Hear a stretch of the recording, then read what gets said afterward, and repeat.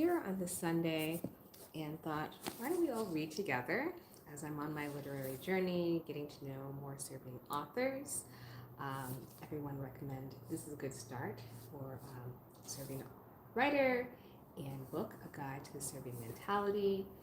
And I think it would be really fun if we just like read one or two chapters together and we can discuss, what the author's trying to translate, especially as a foreigner who has lived in Belgrade for 3.5 years. There are certain things I still don't understand. And if you're watching this in the future, um, I hope you can read along. I definitely think you can buy this book online, or you can buy this if you're here in Belgrade at the Balkan bookstore or any of like the major commercial bookstores. So Momo Kapor is apparently a very well-known.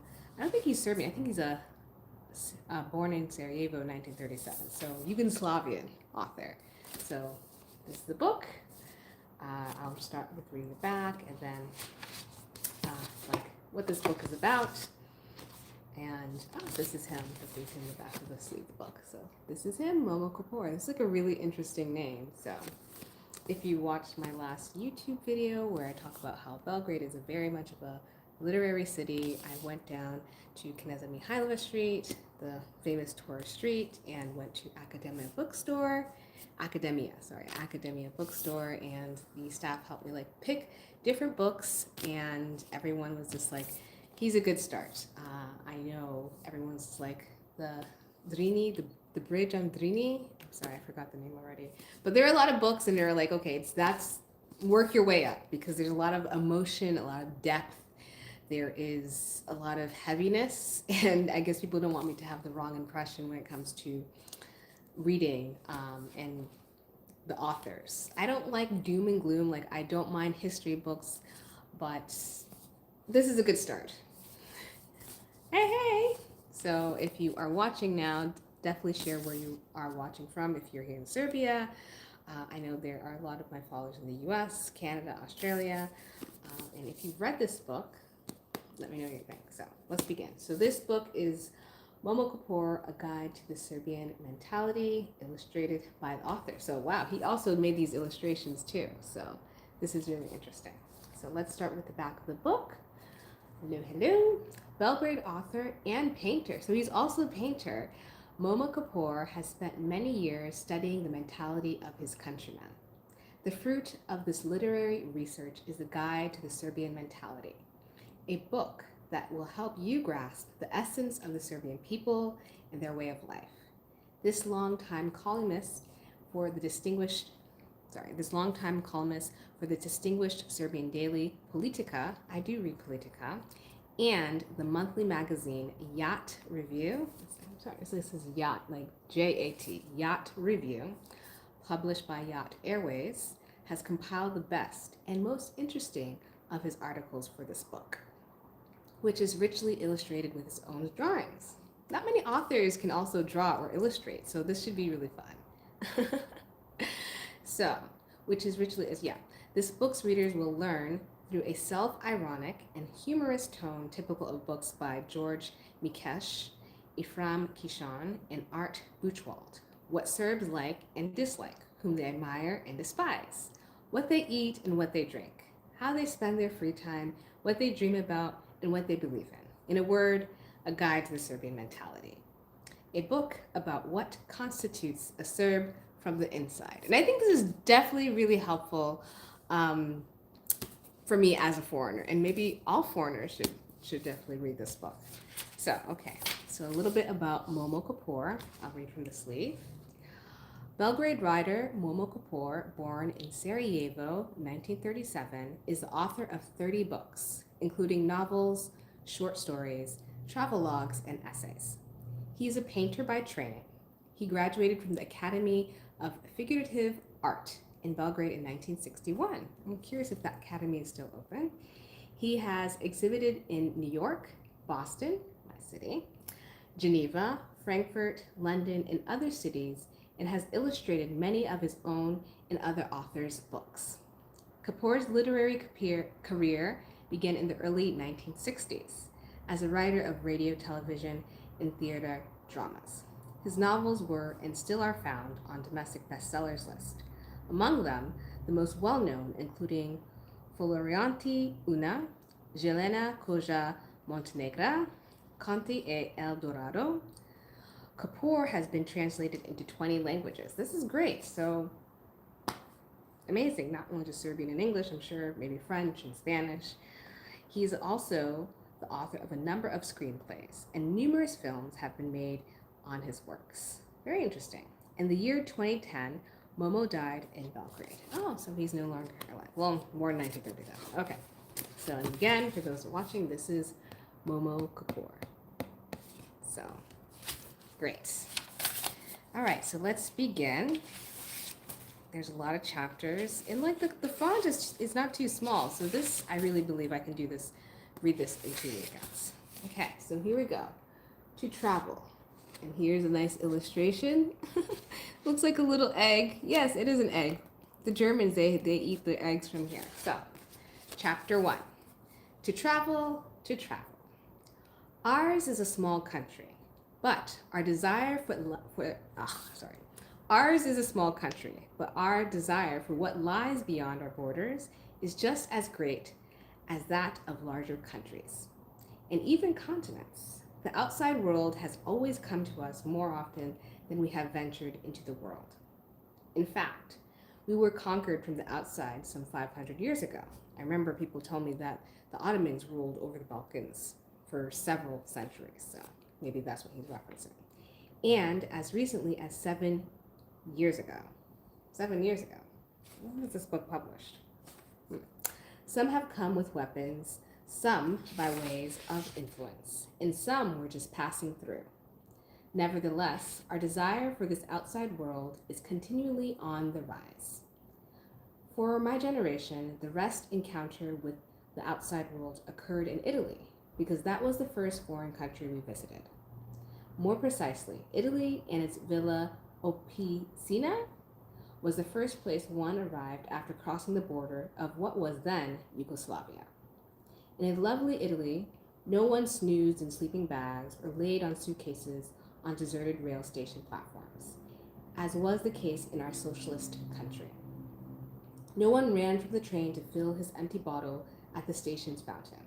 There was only a dark-complexioned man in an impeccable white jacket and a black bow tie who pushed his cart with Western assortments. There were all sorts of things in it. Pralines, ham sandwiches with cheese, a pile of tangerines, and a dozen bottles of San Pellegrino mineral water, which I love that water. We stared at this consumer's paradise through the grimy window pane of our Yugoslav state railroad coach, without daring to ask the vendor how much any of these items might cost. The first Italian word we learned were troppe caro, too expensive. Year in and year out, we poured abroad, both to the east and to the west, which were forever wrangling. We became so used to their quarrels that we virtually forgot all about the south and the north. And this division of the world was so commonplace that it became devoid of all meaning. Okay, so here we go. This is an illustration of what Momo has drawn. I guess this is like an idea of what like the Serbs have looked like when they were traveling from Italy back in the day during Yugoslavia. So nice illustration. Okay. Having traveled to the west, I discovered there was something even more Western than the West. I went to the East. When people think East, I'm assuming Asia. There was always more Eastern countries and nations. But where is the East? Where is the West? I found that answer in an old essay by Tin Ujecic, I think.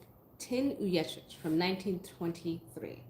Neither East nor West exists at all in this geographical sense, because the earth is round, wrote the good old drunken wise Tin. The East and the West, two colossal fictions, and phantomagorias, this is a really good word, and an impenetrable gap of the future that will, so we believe, belong to us all. Okay. And because we live between the East and the West, we believe the truth and human measure are somewhere in the middle. Yeah, because technically Serbia or Yugoslavia is not east, is not west. Like, I feel like the Balkans is kind of in between. Huh. We have come to know both sides of the world. When Germans occupied Serbia in 1941, we could not travel anywhere except to concentration camps.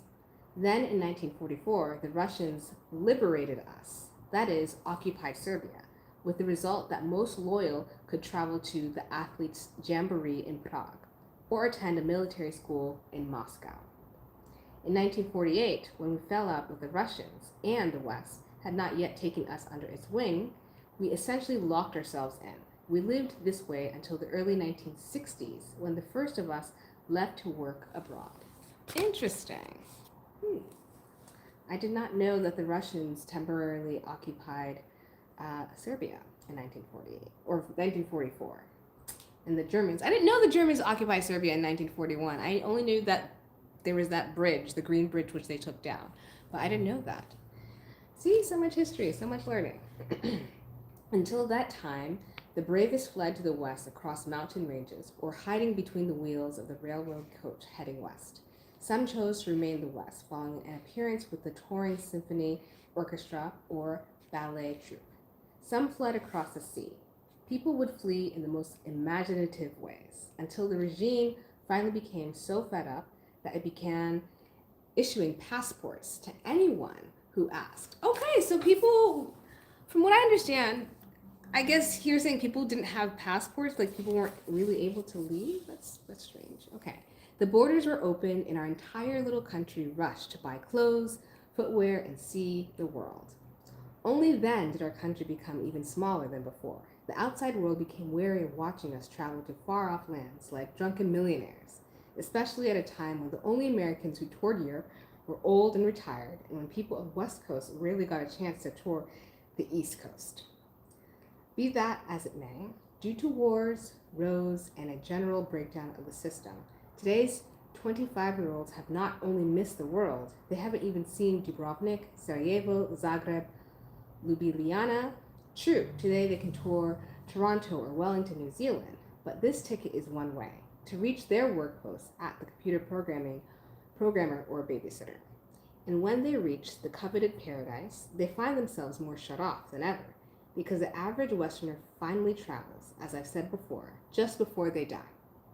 Only then do they see the planet on which they have spent their life working from morning till nightfall. Serbs have recently begun traveling again. Traveling in groups has become popular as the tourist package sidesteps the difficulties of obtaining foreign visas for individuals. When I travel with them, I watch their eyes fill with inquisitive radiance. Most touching are the older ladies from the provinces, retired doctors or teachers whose sons paid travel agencies so their parents could see Greek temples, the pyramids, or stand before the Wailing Wall in Jerusalem. I have met newlyweds on the honeymoons, chewing gum and appearing bored. They've already seen this on TV. Nowadays, the most part, no one remains behind in a foreign country, as was the case many years ago. Perhaps this is because it is easy enough to find work washing cafe glasses or sweeping the streets here at home. There is no need to go abroad. After each trip, we grow more aware of our precious little garden, our own neighborhood, and the streets where we grew up. But we will never comprehend this fully until we have traveled the world. Wow, okay, and then here, the little end cup is of the world. You know, I met many Serbs, especially today, now that more people are traveling, who have traveled a lot. Thank you, I'm glad you're enjoying. Who have traveled a lot, or some at least have traveled to, the other Balkan countries.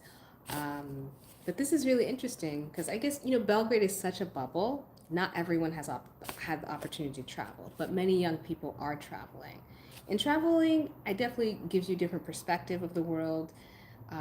And now with social media and Instagram, TikTok, you could really see so many places. But I don't think this makes more sense. I'm going to see, when was this book published? Because the way he's talking is definitely like before MySpace. I need to find where this book was published because it didn't say. Okay, let's go to chapter 2.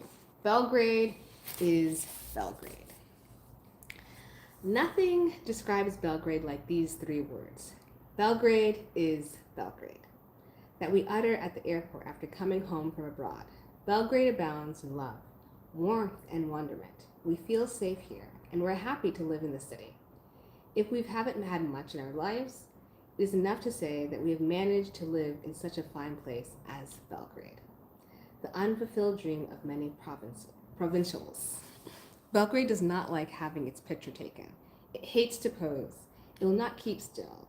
It does not do well in photographs, which I disagree. Now Belgrade, the one I'm living in, definitely a more aesthetic city. It always looks like someplace else. It's not Paris, which likes to cuddle with artists. It's not London, which ingratiates itself to photographers. It's not Rome, which bedrecks itself with souvenirs. It's not Vienna, the perfect place for having engraving on an ashtray. It's not Moscow, which looks nice in a glass globe with drifting snowflakes. It's not Berlin, the golden bear, which can be turned into a beautiful key ring. It's not Budapest, which likes to have itself painted on the bottom of bowls on hot fish stew. It's not Istanbul with a gold tooth. It's not Athens, a stone paperweight from old manuscripts. There are a few things in Belgrade that I have not seen elsewhere, perhaps only three. Its rivers, its sky, and its people. Of these three ancient elements, the unique spirit of Belgrade is born. I don't know, Belgrade has changed a lot, I would have to say, over the last 3.5 years I've been here, especially, Belgrade waterfront, all these nice, fancy developments are being built. So I don't know, I kind of disagree with Momo Kapor. Belgrade is an amazing city. I think it's better than Paris. At least it's clean, people are friendly, it's walkable. There's so much uniqueness about Belgrade. Clouds scud the sky where the Sava gives itself to the Dunab, combining mist with eastern and western winds. The dramatic Belgrade sky that resembles a huge celestial battleground. The spiritual state of its inhabitants is portrayed in the sky as any moment of the day. People who grew up on a stone hill beneath such an exciting panorama cannot be broad of gesture, stormy of temperament, and of changing mood. These people who stay in their city despite everything, even as history destroys and crumbles it, covering the land with layers of leaves and remnants of previous settlements and past civilizations. Such people are capable of building their city anew in a relaxed and unpretentious way. They are capable of building a city of human proportions. It is as comfortable as a friendly pup. The town does not put fear in the hearts of visitors with its enormity, but binds its visitors forever with its 100 invisible threads. And you know what? By 2027, this city is going to have millions of people from around the world visiting. So, I don't know, I think this is a little bit out of date. An aerial picture of Belgrade shows, as clear as the palm of your hand, its past, present, and future. Belgrade's palms has calluses and scars. It gives a firm, friendly handshake. It has the strength of a dangerous fist, the softness of a caress. And here we have this picture of this woman in Belgrade on her head, and this guy standing up. This is a really beautiful illustration. Okay. Belgrade is an amazing city. Its fingers are roads leading into the wider world, and ancient roads, imperial roads, rural paths and tracks, highways, and long white streams that cut across the sky. Lines of character, the contours of ravaged Kalimantan fortress.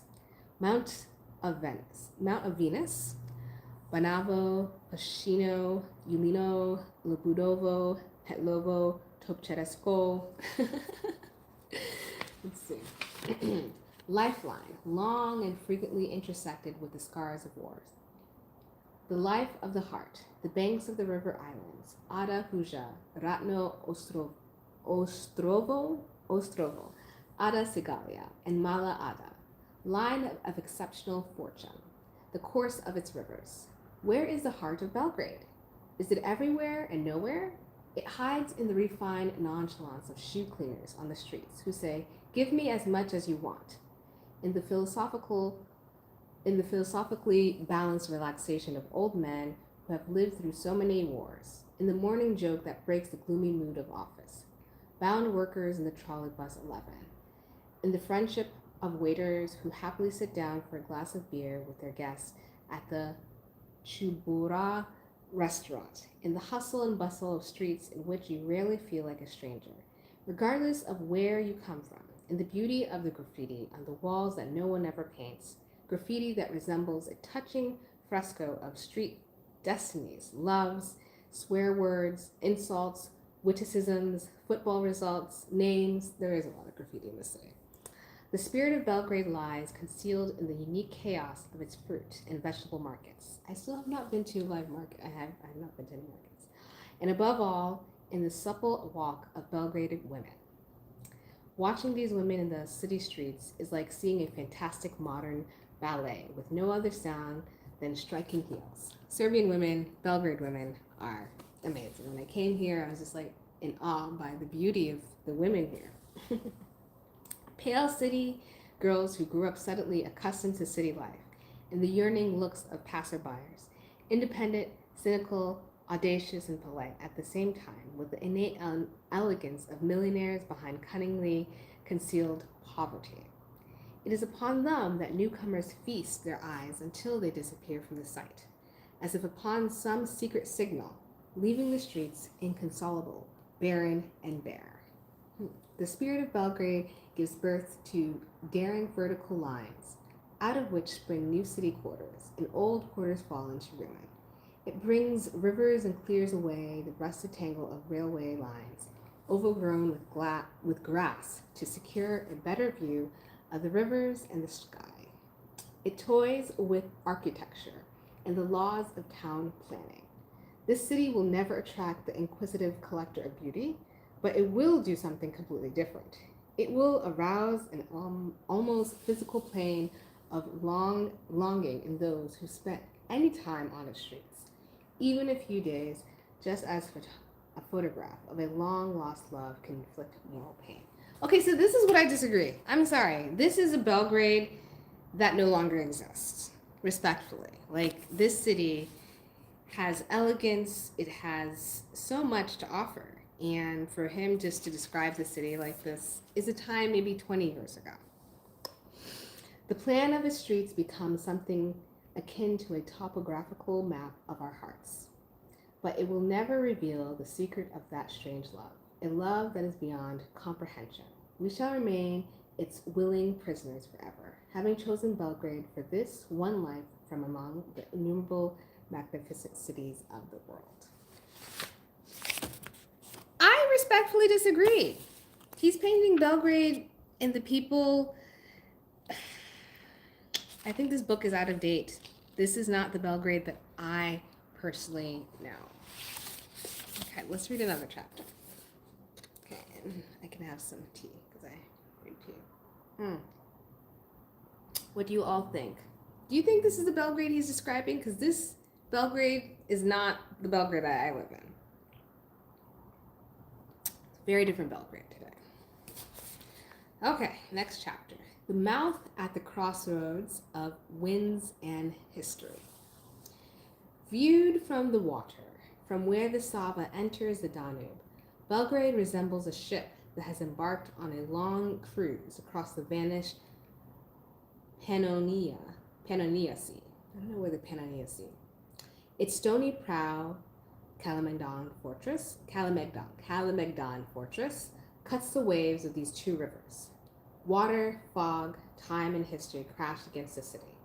Rare are the cities with the fortune of having two large and mighty rivers into which nature has cast green river islets like bridal bouquets. Whenever I sail across the mouth of the Sava, it reminds me of a passionate embrace, seething with the deep excitement of meeting. The Sava is feminine, like a great seductress. She nestles to the sides of the boats and rolls in the shadows of willow groves. She's a true feminine river. Her twilight seems to hide the gaze of a young woman yearning for love. She coddles, and giggles, whispering tenderly into the swimmer's ears. Yet the gloomy cloud-covered days she wraps herself in for a few weeks and months at a time are an expression of her innate melancholy.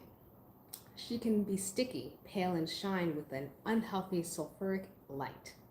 On such days, the boredom is mirrored on her surface. Her trees, coiffures, are sloppy. Her banks, muddy and broken branches, flow down her stream like a betrayal expectations. The Danube, on the other side, is masculine compared to the Sava. He is serious and resembles the great masters of waters. It is as though he never learned to correctly pronounce the Serbian language, as though he maintained all the way to the Black Sea the hard German accent of his homeland source, beneath the Schwarzwald. The Danube foams like Swabian beer. He drinks like a Russian, bottoms up, and with pangs of conscience. Amidst merriment, he is capable of secretly drawing a knife like a Bulgarian. A knife like a Bulgarian. He can utter a curse in Hungarian. His waves are nostalgic, like Romanian shepherds, songs, and his treacherous sands isles insidiously await their prey. Incautious boatmen and their barges that once stranded have to wait far months for the water to rise and far to the river to set them free. During this time, the Danube lolls about in a ragged house dress of clouds, smoking smuggled tobacco, drinking smuggled stolichnaya vodka from Russian barges, along with Kardovo's caviar from Romanian barges. The Sava and the Danube live differently, each far itself, but when they meet, hay foam with the joys of meeting, and from a height with philosophical peace, the white town observes them. River Sava is such a lover. Yeah, interesting.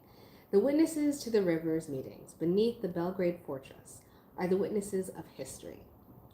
In Nebojsa's tower, built in 1460, the famous Greek poet Rigas of Fere was imprisoned and killed. At the top of the stone tower, the last Turkish dahiyas staring in earthenware jugs deciphered the reflection of stars that predicted doom and death. Okay, and then we have this beautiful picture. So I guess Sava feminine, Danube masculine, and there's just so much different characteristics of these rivers. I think it's a really nice picture or illustration. Beautiful illustration. Not far from the tower, the Karl the Fourth, Triumphal Gate, built in 1736, stands pompously under which children ride their bikes. Not far from there is the monumental Turkish hammam bath from the 18th century, from which hot steam and softened Ottoman bathers disappeared long ago. Above the hammam on the hill, at the foothill of the fortress ramparts, there is a church dedicated to Saint Petka, the patron of unfortunate women, where even today, it is said, miracles occur. History has chosen the confluence of Belgrade's rivers as part of a place to shuffle its tarot cards and mix fates, races, civilizations, and cultures. This is a great book for those able to read it. It contains chapters on Roman foundations and wells, remnants of Hun and Avar walls, Turkish fortifications, Austro-Hungarian loopholes, and sentry boxes. And finally, the chapter of the leafy tree, tops of Slav lead-in trees that have, with great pains, managed the calms of storms under the city walls. Today, on top of Kalemegdan Fortress, on the grass, and in the alleys of the most beautiful city park, young Belgraders laugh, love, and nibble at the seeds. Indeed, Belgrade's youth have always outlived evil times, including the last one. They giggle in the face of history, not caring a hoot for the bones of long-dead conquerors. Okay. These are nice short in sweet chapters. I like this chapter describing the rivers, but I don't like the chapter where it said Belgrade is Belgrade, because that Belgrade he described is not the Belgrade that I know that I live in. So I think this was much better. Okay, let's read another chapter. Made in Belgrade. So we have this nice illustration, made in Belgrade. Okay, I think, why does it say New York like it's New York? But okay, made in Belgrade. This cannot be found anywhere else, is the most frequent comment Serbs level at their foreign guests while poring over piles of food. If you happen to be in their hospitable home, do not be surprised by their culinary aggressiveness. Serbs sincerely believe there is no place for such sumptuous food as their home, and that you, being lean, having just barely escaped hunger, this is why they will do their utmost to serve you food and demonstrate the originality of Serbian cuisine, which in point of fact does not exist. I would say Serbs are very, very hospitable people. Very hospitable. The grill, for instance, comes from Arab countries, where cevapi, a cylindrical shaped piece of grilled meat, from Turkey, and further back from Persia. Njegushka, smoked ham, is a close relative of the ham from Parma, but here it is not eaten with melon. Serbs are terrified by the mere prospect, as is done in Italy. As regards lamb, it is roasted on a spit and is as good as, or perhaps even better, in Greece. Spaniards and Italians have claimed young pork meat barbecued in this way to be their own specialty. Beans came to us from America, and the famed Dragachevo trumpet players are a younger offshoot of Mexico's mariachi players. What then is it that makes Serbian cuisine special? Surely the fact that in just 2 to 3 hours drive, or even less, you depart from the domain of a Leviathan and Oriental cuisine to enter a region known for its Central European gastronomy. Vojvodina. After a mere 20-minute drive across the Sava River in Zemun and Pančevo, you may be offered dumplings. Šufnudle, strukulje, milnici, chuzspats, melspats. Okay, sorry, I'm saying these all wrong. Goulash and Hungarian perlect, as well as strudel with poppy seeds, ground walnuts, or raisins, a cuisine we inherited from the Austro-Hungarian Empire.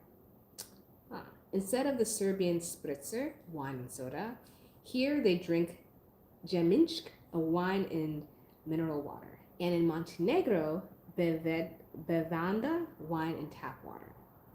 Going southward, it is just a few hours we reach Mediterranean culinary waters with fish, seashells, olive oil, intensely flavored and scented goat cheeses. In short, all culinary characteristics of neighboring Mediterranean countries. Is he trying to say there's like no originally Serbian food? Because this is what I'm getting.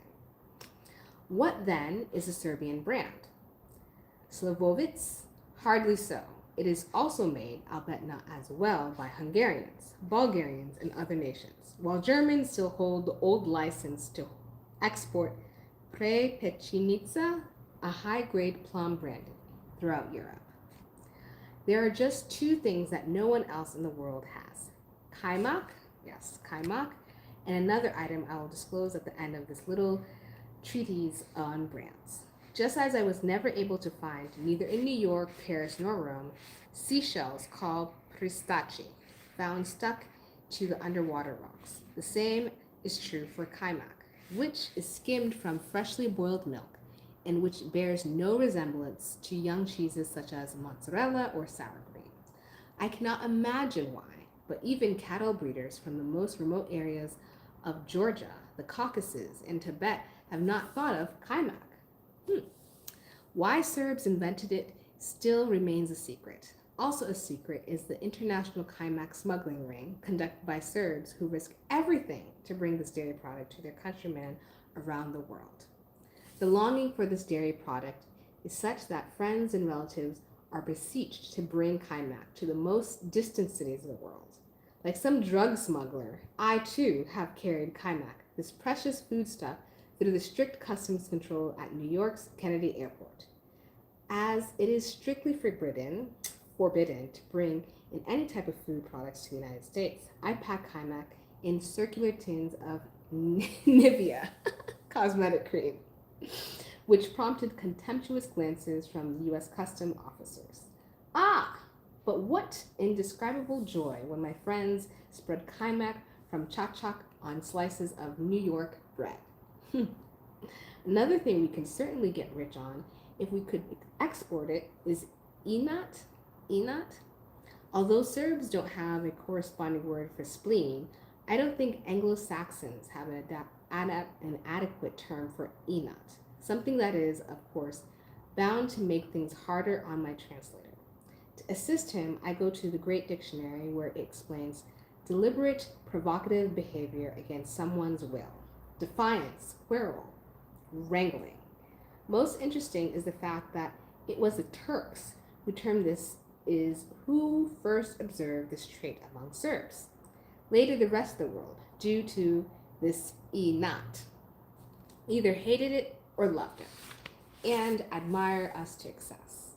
In brief, this word is at the very quick of our being. It is responsible for rebellious and uprisings and explains why we went to war more often than other nations. Inat was the reason we quarreled not only with the others, but also with ourselves. It was sheer inat that spurred me to write this little text because a friend from Geneva claimed that Serbs have no internationally recognized brand names. Which makes no sense. Why did he say Rakia? I've never heard of Rakia until I came to Serbia. So this is the latest illustration. And I've never heard of Inat. That's very interesting. Very, very interesting. Okay, next chapter. Shai Kashak, the Serbian folk cap. I think I'm saying this right. Look, it says Shai Kacha. Shai Kacha. I think I'm saying that right? Shai Kacha. If you're Serbian, please let me know. Shai Kacha, the Serbian folk cap. Since the poisoning. Yes, I'm better. I'm in perfect health right now. So we're reading the book Guide to the Serbian Mentality by Momo Kapor. So far, this book is okay.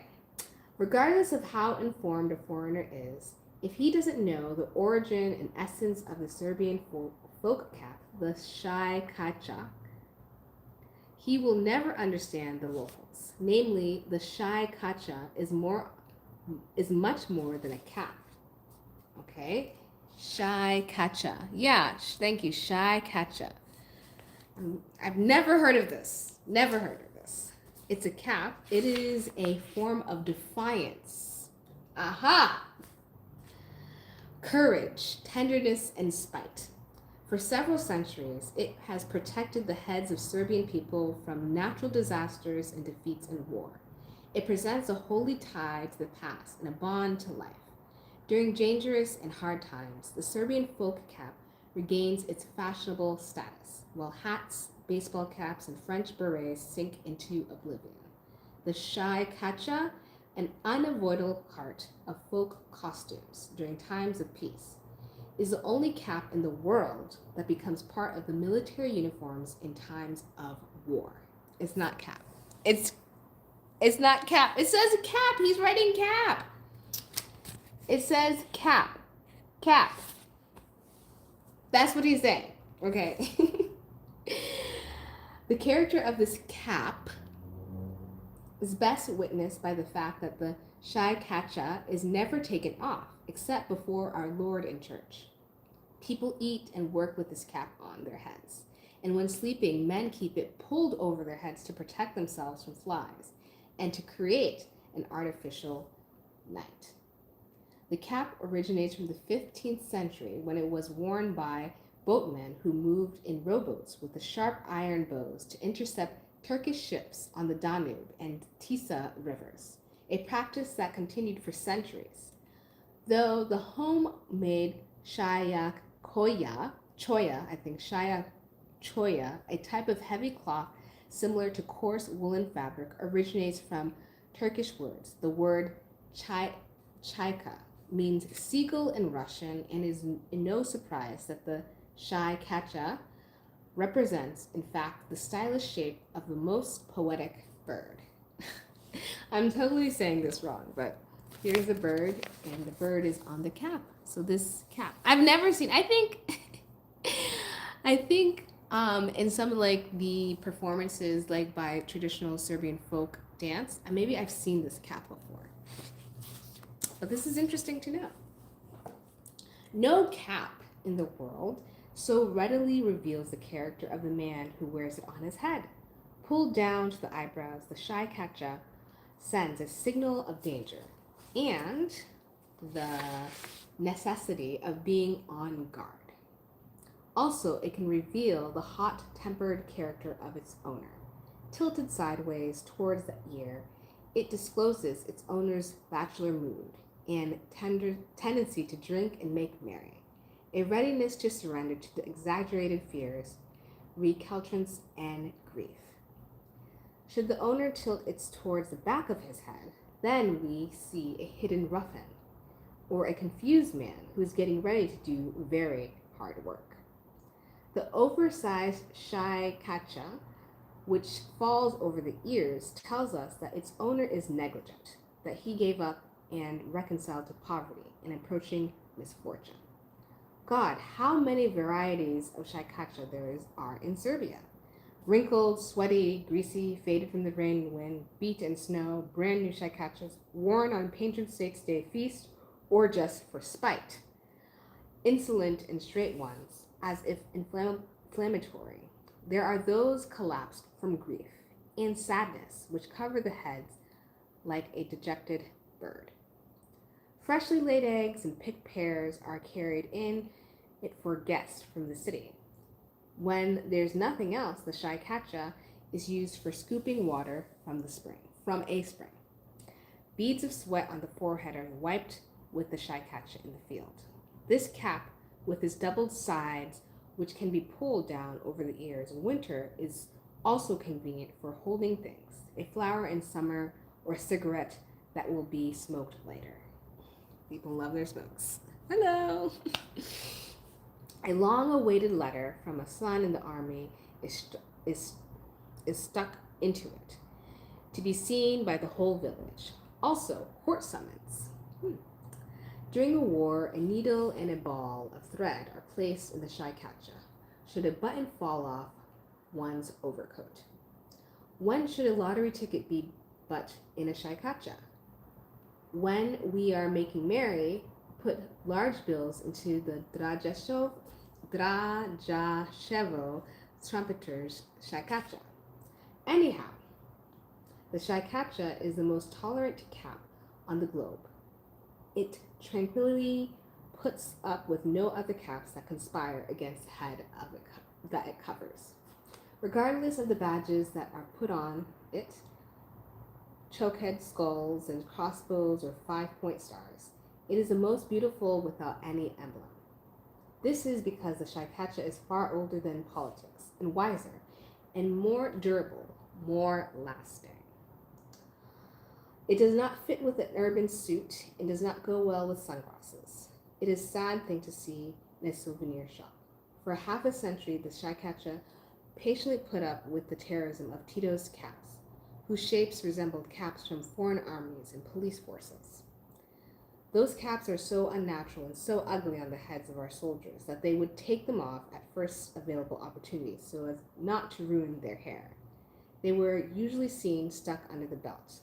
There was also the famous 3-horn cap, about which there is a song, I am Anka, a partisan.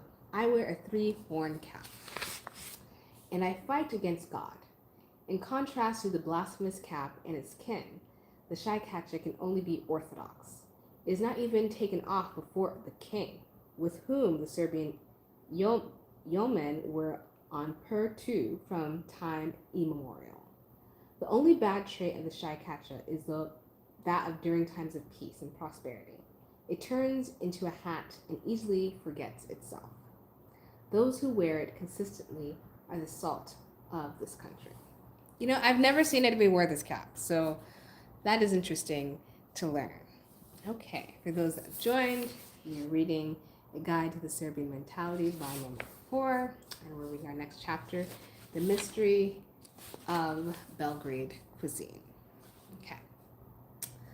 Any foreigner who is inclined to stay up with his or her Belgrade hosts deep into the night is bound to hear, after several liters of wine and ample snacks, an old Serbian legend about how it was customary in the Serbian medieval court to eat with golden forks. I've never heard that. While Western nobles of that period ate meat with their bare hands. Now, I did hear and learn that forks were created in Serbia. They created the fork. As much as it sounds like a myth, it is in fact true. Not because Serbs were further along the roads towards civilization during the Middle Ages, but for an entirely different reason. Let's see. Until the 17th century, it was deemed a transgression of religious regulations to pierce meat with a fork. The papal injunction against the fork was explained by the view that only fingers should be used on God's creatures, and never metal forks. Such use of a fork could bring years of punishment in a dungeon, or even a horrendous death. This should make you think twice about your table manners. As early as the 11th century, Cardinal and Bishop of Ostia, Peter Damian, was reciting terrifying sermons against the fork in Venice. Really? A fork? Oh my God, people. He threatened with hell all those who dare use it. When Byzantine princess who had married into the French court was found using her small fork, she was burned at the stake as a witch for using a fork. The Serbs, who were at the time under the political spear of the Byzantine, refused to acknowledge the papal ban and very much enjoyed their cutlery. See, now that sounds very Serbian. Stubborn, stick it to people. I can't believe someone burned a princess over using a fork. That is crazy. Belgraders do not always use forks, especially in Chinese restaurants where food is eaten with chopsticks. In recent years, Belgrade has gained a Chinatown of its own, and more than a dozen Chinese restaurants have opened in spite of initial skepticism towards this cuisine. Old superstition. Yes. Wow. A fork. Oh my gosh. People in the past were just so uncivilized. In addition to numerous Italian pizza joints, a Thai restaurant, 10 or so McDonald's establishments, Japanese, Indian, Mexican, and Arab restaurants, one can find French cuisine in Belgrade that is just as good as one gets in France. The Hyatt and Intercontinental hotels both offer an international menu that one expects to find in many international luxury hotels. You may at any time freely eat the famed Niegush smoked ham and cheese with your fingers and convince your host that you are indeed a Westerner, and that, as a matter of tradition, you do not use the fork because it is the devil's instrument. Oh my gosh. A fork! The taste of the smoked ham is much more intense than Parma ham or Spanish counterpart, but it is not served with melon. As we've previously mentioned, it is customary in the West because Serbs think these two simple things do not go together. Exactly, that's how forks went all over the world. Just as they believe milk is fundamentally incompatible with tea. Though I met a Serbian, but he grew up in London, that has tea with his milk with his tea. I think that's weird, milk and tea.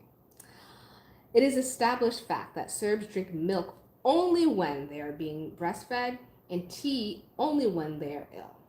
Okay, I get the tea thing, but I've seen Serbs drink milk with their coffee. So, interesting. But I know when I first moved here, because I love tea, everyone's like, tea is for sick people. Regardless, regarding chicken, our peasants say it is to be eaten only under two circumstances. either when the chicken is sick or when we are. We all drink milk, exactly. But I think they're saying in these instances, like, milk shouldn't be mixed together. Yeah. Milk is in, yeah, they say milk should not be drinked with tea. That's what they say. You drink gallons of milk. Okay.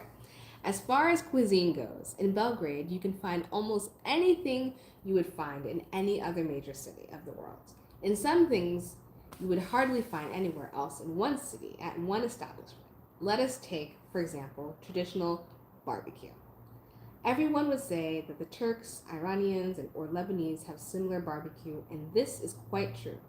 But very few offer Vietnamese sacher cake, or so-called pagan-cooked wheat with Central European whipped cream after an entree of grilled meat. And nobody eats goulash soup, a typical Central European dish, before grilled meat.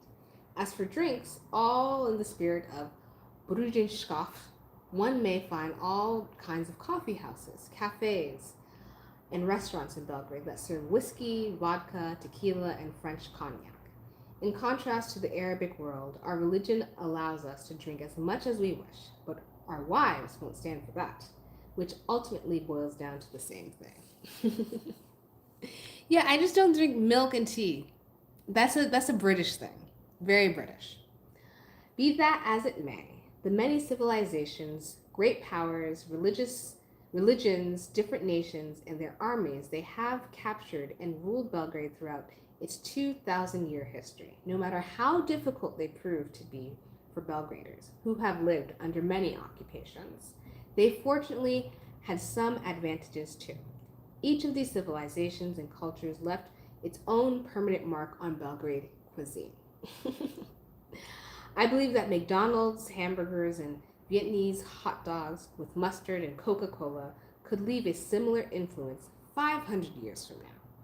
Nevertheless, the greatest impact has come from harmonious culinary marriages between the Orient, Levant, and Central Europe, and is reflected in dishes eaten with a spoon, and not only with the band include the Hungarian fish paprikash, Austria-Hungarian goulash with noodles, sarma, sauerkraut leaves stuffed with minced meat cooked with smoked pork ribs, stewed chopped sauerkraut with pig's legs, closely related to the Alaskan chokrut. I don't eat a lot of these foods, so I don't know what I'm saying. Cooked young beef with vegetables, Greek meatballs in tomato sauce, and a whole range of different moussakas. No, he said that he would be surprised that McDonald's would have an influence 500 years from now. So let's see, because McDonald's is interesting. That food just does not rot. There's something wrong with McDonald's. But anyways, it goes without saying that the best meals are those your Belgrade hosts offers you, provided their mothers and grandmothers are still alive to do the cooking. They are prone to using one of the scariest spices in the world to prepare their dishes. Love. Okay. And this is the next illustration. Belgrade, fish, all that. Okay. So, we will end here. Okay. But so far, I think this book is interesting. I just didn't like how he described the city of Belgrade. And we'll do another live reading next Sunday. I really enjoyed this. There's a lot of humor, and I like your commentary. But this is an easy read. Easy read, very entertaining, and a lot of historical facts. I've never heard of that cap. I'm going to pay attention more. I'll probably ask my friends about that. And excuse me, if you are not following me already or you like, please subscribe. I have some upcoming videos this week. And yeah, let me know what you think about Momo Kapor and this book, A Guide to the Serbian Mentality. There's a lot of humor. It's a lot funny. It's very funny. And as a foreigner, I'm learning a lot. So that's Momo Kapor. The good humor. It's good. I like an author that has some humor and not just so serious. So this is a fun read. And this is something unique. I've never did like a live reading. So thank you all for watching, and I'll see you next week. Bye.